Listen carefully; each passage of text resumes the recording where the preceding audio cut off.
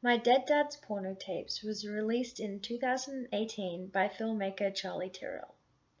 It is an insightful and poignant exploration of his relationship with his father and grappling with the loss and connection with his family.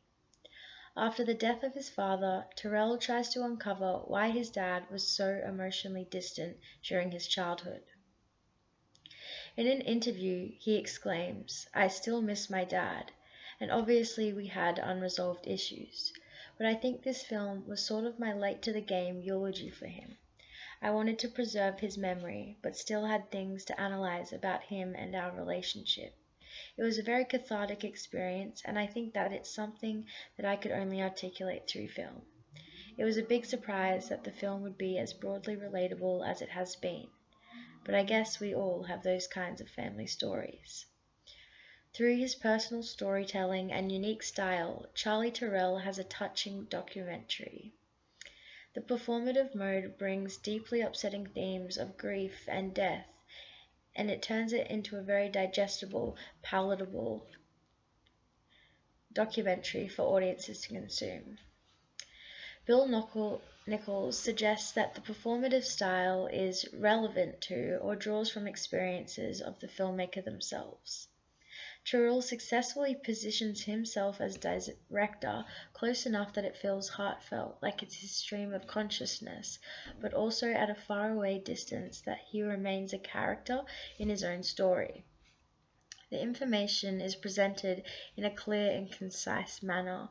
People are introduced with photos, name tags, and recordings of their voice. It makes you feel like you're getting to know them and you can relate to them. The stylized approach features stop animation for a distinctive look, and there's a bunch of miscellaneous possessions that flicker on screen, which paints a picture of Greg, and you truly get an insight into who he was. The narration is engaging, and the intricate sound design is effective in reflecting the tone. There's a scene that features somber strings overlaid with a hospital beeping monitor sound effect. That was a powerful choice, and the phone interviews feel real and unscripted. The timeline of events is presented in a chronicle order.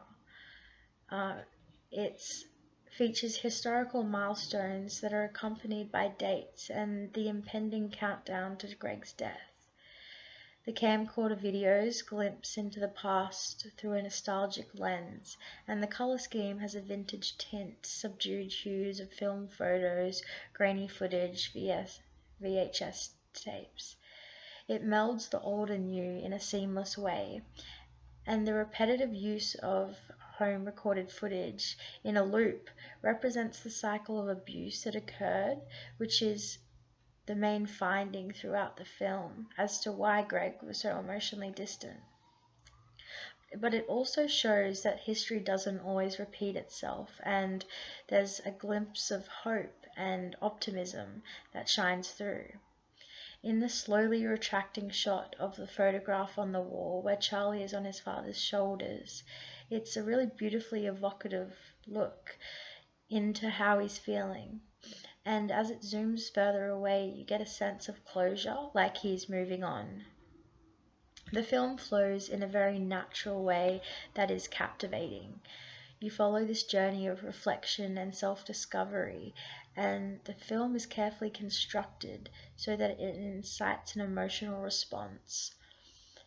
Nichols states that performative mode is a combination of the actual and the imagined, and the director Tyrrell plays with that idea in a very interesting way.